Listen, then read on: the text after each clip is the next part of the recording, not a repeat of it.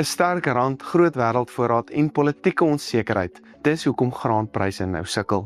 Ek gaan kyk hierdie week wat sal moet verander om pryse weer op te druk. Hierdie graanmarkoorsig word met trots aan jou gebring deur John Deere en Zematic Irrigation Systems.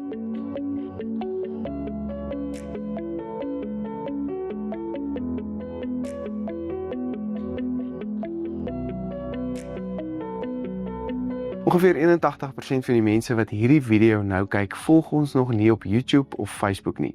Gaan kyk gou of jy ons wel volg, dit kos jou niks nie en dis die maklikste manier om ons te help groei en hierdie inhoud aan die gang te hou.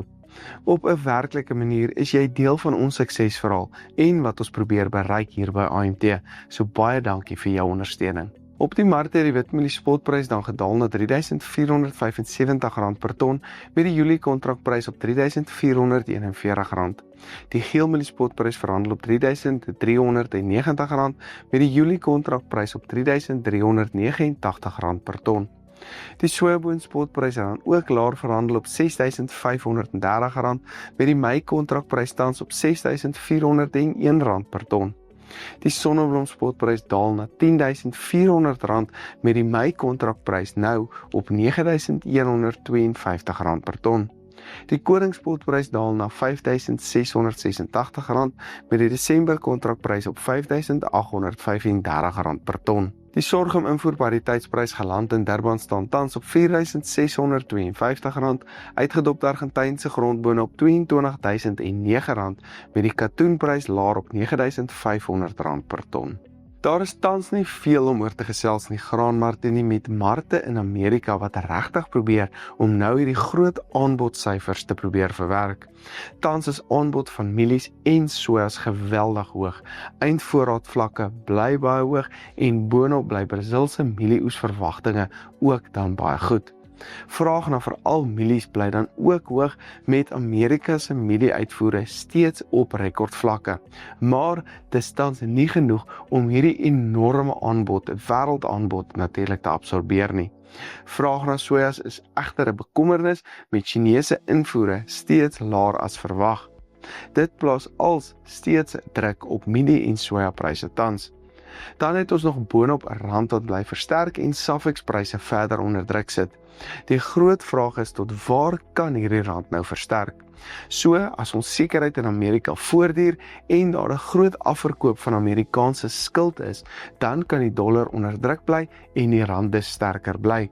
Ons het nou ook gesien dat die sterker goud of die hoër goud en silwerprys die rand ook verder laat versterk. Dit voel al meer of ons nou naby aan 'n kruispunt in globale politiek en ekonomie is, en een ding is seker, die onsekerheid is besig om te verhoog, wat die voorspelbaarheid van hierdie markte moeiliker en moeiliker maak. Maar dit als in ag geneem, dink ek die huidige pryse het reeds hierdie enorme aanbod ingeprys en enige verandering in weeromstandighede hier of in Brasil kan vinnige positiewe momentum terug na die markte bring, veral omdat ons steeds 'n baie sterk vraagelement het. Ons ervaar ook tans warm en droë weer en is nou in 'n kritieke tydperk van ons plaaslike oes.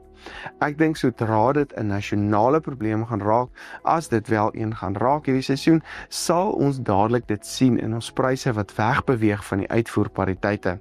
Interessant, ons het hier van die 9de Januarie begin sien dat witmielies bietjie bo die uitvoerpariteite begin beweeg het, en kan dit 'n kombinasie van meestal twee faktore wees. Dalk so 'n klein bekommernis oor die warm en droër weer bietjie nie meer na die westelike areas, maar meestal omdat ons ekstra vraag vir mieliemeel veral vanaf die DRC of die Kongo nou gesien het oor die afgelope paar weke en hierdie mark so bietjie ekstra ondersteuning gebied het. Die uitvoerpariteitsprys vir mielies staan tans op R3.385 en die invoerpariteit op R4.479. So as pariteite sywaarts bly, is daar baie beweegruimte opwaarts as bekommernis oor ons plaaslike oes gaan toeneem. Ek is bietjie meer bekommerd oor sojapryse en dink daar is 'n kleiner kans dat ons druk op hierdie oes gaan sien in vergelyking met mielies natuurlik. Brasilse uitvoerpariteitspryse plaas hierdie mark steeds onder geweldige druk met die groot oes wat daar is en staan hulle pryse op so R6.458 met die Amerikaanse uitvoerpariteitsprys op R6.748. Invoerpariteite staan net so bo die R8.000 merk vir sojas op die oomblik. Koring bly onder druk weens hoë globale voorraadvlakke en baie en goedkoop uitvoere steeds uit Rusland.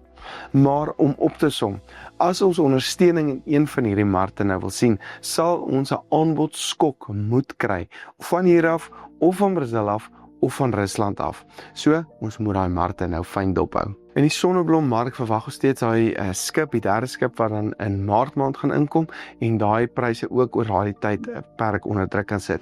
Huidigelik korttermyn sien ons steeds 'n tekort en pryse wat relatief hoog bly, maar leweringsmaandpryse wat my maandpryse is, verwag ons steeds dat die oes relatief goed kan bly en dan daai pryse onder druk kan hou. So gebruik dalk hierdie geleenthede vir as hierdie pryse op en af beweeg om jou pryse vas te maak, want ek dink as daar ondersteuning na die mark kan kom, gaan dit dalk kort van duur wees, omdat ons steeds hierdie geweldige hoë aanbodvlakke tans sien. So as ons na ons plaaslike oes kyk, moet ons natuurlik na die weersverwagtinge kyk, en ons gesels elke week met Johan van der Berg daaroor, en ons beweeg nou baie sterk in El Nino in, wat ons in die winter gaan beweeg. Ons praat van Junie, Julie maand gaan ons El Nino in beweeg, en of dit nou beteken dat ons dalk moontlik bietjie droër toestande hier vroeër kan kry, en of dit dan wel 'n impak op ons plaaslike oes gaan hê, sal ons wel nog moet sien. Dit is iets waarvoor ons moet uitkyk. Hierdie week se John Deere graanoorsit word met trots aan jou gebring deur John Deere en Zematic Irrigation Systems.